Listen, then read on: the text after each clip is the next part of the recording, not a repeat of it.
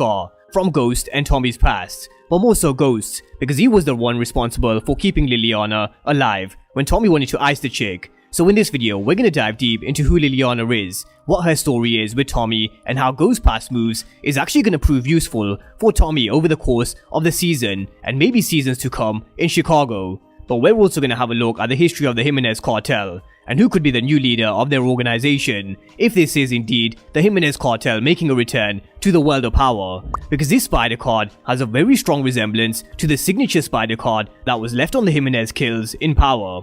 But we're also going to touch on some mixed reviews and generally the thoughts of everybody over the first 2 episodes of the show, because it really has been mixed. So let's start with these mixed reviews from the comment section. And what I would say is, Tommy's character in Power Book 4 Force is definitely playing the long game, and in my honest opinion, there was a lot of jumping from one storyline to another storyline in Power Book 2 Ghost Season 2, with a bit too much going on at times, which isn't the case with Force, and you can really tell. They are definitely playing the long game with not diving too deep into every single character. The build-up is at the right pace, which is similar to the OG show, but with them giving us a deeper backstory, which is different to Power. For example, they're giving us a little drops of information about Tommy's background and setting the foundation for him to even learn more about who he is, because all this time in Power, he thought he knew himself, who his mom Kate was, his brother Ghost, but all of a sudden, he's realizing that he's got a whole nother family and a life which he never knew existed. So we're in essence starting from the bottom with Tommy, not just from him building his organization,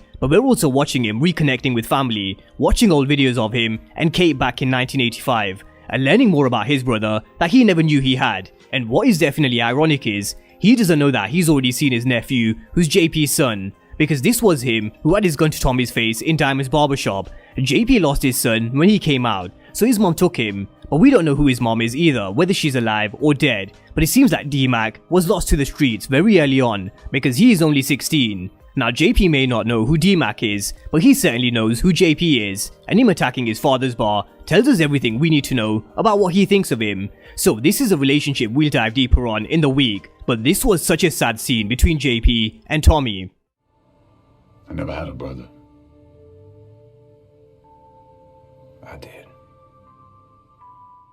And JP doesn't know how things work, because he's never had a brother, but Tommy did. And he's someone who's definitely got a big heart for family, as he showed in this episode, and I'm sure if Tariq needs Uncle Tommy's help at some point, he will definitely be there for him as well. But we can't say the same about Tasha. But coming away from Tommy, they're introducing us to all of these new characters like Jenard, Diamond, Vic, Gloria, and Walter Flynn, but not all of them are going to have an explosive start like Tommy has. For example, let's take the Tejadas in Power Book 2 Ghost Season 1. It was a very gradual, slow process until we saw Drew, Diana, and become their own people and make their own decisions. Then we saw them moving in Season 2 and Kane moving and learning under Mecha. So what Force is doing with all of these characters in Season 1 is definitely building the foundation for a long series in my opinion. We've not seen what Jenard is really capable of, and he strikes me of someone who's crazy. These facial expressions that he gives from time to time definitely strikes me of someone who's got some real anger built up inside him that he can release if and when he wants to use it, and he's also got a background in mixed martial arts. So there's also Gloria, who's an ex-marine. She's someone who can definitely handle herself, as we've seen with Simon, and her dealing with the Flynns rejecting Tommy's help. And we also need to learn more about the Flynns. So in my opinion, very much like the OG Power series, this is setting the foundation for a very long series with Power Book 4 Force, with us getting to know the characters, but them giving us a deeper backstory and understanding who Tommy is. And I agree with this. I love the pace of the show. They're introducing the cast, enemies, very smart, and it's going to make for an easier watch as the season moves forward. It reminds me of the old Power, when we all saw the gang leaders on OG Power.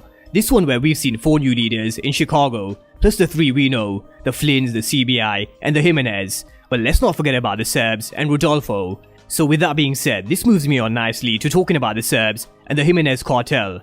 Now in the season trailer, we also saw someone asking a female, where's Tommy Egan, who I definitely think could very well be Liliana. And not many people know who Tommy Egan is by name, so I do think it's either the Jimenez cartel or the Serbs trying to find Tommy, because let's not forget, the Serbs are based in Chicago, and I do think they will come into play at some point in the series. It would only make sense. But let's focus on the Jimenez cartel, because of this of course. And if the card at the end of the episode does signify the Jimenez cartel, then who's in charge of the cartel now? Because in OG Power, both Diego and Alicia Jimenez were sent to the upper room, and it's a very good question. Who is in charge of the Jimenez cartel? So let's just rewind it back to Power for a moment and touch on how Cristobal could very much be involved. Now in Power, we saw Dre and Cristobal approaching Alicia and Diego Jimenez to come together to create a new drug network, with Dre at the head of their organization instead of Tommy's, because he wanted to be the biggest goddamn drug dealer in New York, which the Jimenez went for. So then Cristobal and Dre burnt a whole warehouse full of Tommy's product to force Tommy's network to work for Dre. After a lot of issues with Diego Jimenez and Alicia being arrested and released, death involving Father Callahan, Lorenzo Salazar, and Diego Jimenez, and issues between Dre, Cristobal, and 2Bit. At the end of all of this, we saw Cristobal being promoted by Alicia Jimenez, taking Dre's place, and Dre was the one who gave up their location to Angela Valdez at the Ridgebury Hotel, because that's what snitches do. Now, Diego Jimenez was killed by Kanan, and Alicia Jimenez was killed by Jason Michich, so naturally there would be a successor to both of them, but the second in command was also arrested. And since then, we've not seen or heard from Cristobal on Power Book 2 Ghost, but Cornichem did confirm that he's in jail. Now, because we've not seen him on Power Book 2 Ghost, could we see Cristobal returning with the Jimenez cartel at some point on Force? Because of course, he was in second in command after all, but this is if this is the Jimenez cartel, which it very well could be, because this was their signature card, and it's a very cool way of connecting OG Power to Power Book 4 Force. So the Jimenez could very well be introduced at some point in Force, just like the Serbs. But who is Liliana, and what is Tommy's beef with her? Because this was such a common question in the comment section, and I agree, it's been a very long time since we've seen Liliana on our screens, and we have to rewind it back to the very first episode of Power, where she was slashed by Pink Sneakers, and in typical Ghost style, he was someone who wanted to show his loyalty to Liliana, for her showing her loyalty to them, because she could very well have snitched. Instead, what she did was she kept a cool head and she followed protocol when she contacted Julio. But of course, Tommy still wanted to ice the chick because Tommy is someone who hates having loose ends around. For example, we saw him dealing with Maria Suarez, Proctor, Ruiz, Bailey Markham, and so many others. But it would have sent the wrong message to the rest of their couriers, who weren't exactly soldiers. They hired these couriers so they could blend in with the society, so they couldn't attract so much heat from law enforcement, and it worked. They definitely had a good system going until Mecha fucked it up for them, which we learned in Power Book 2 Ghost Season 2. But Liliana revealed that she was given money to leave New York by Julio, and she found her way to Chicago, where she found Tommy because she heard some whispers that there was this guy with a blue Mustang in town, and she went for him because she thought he was coming after her.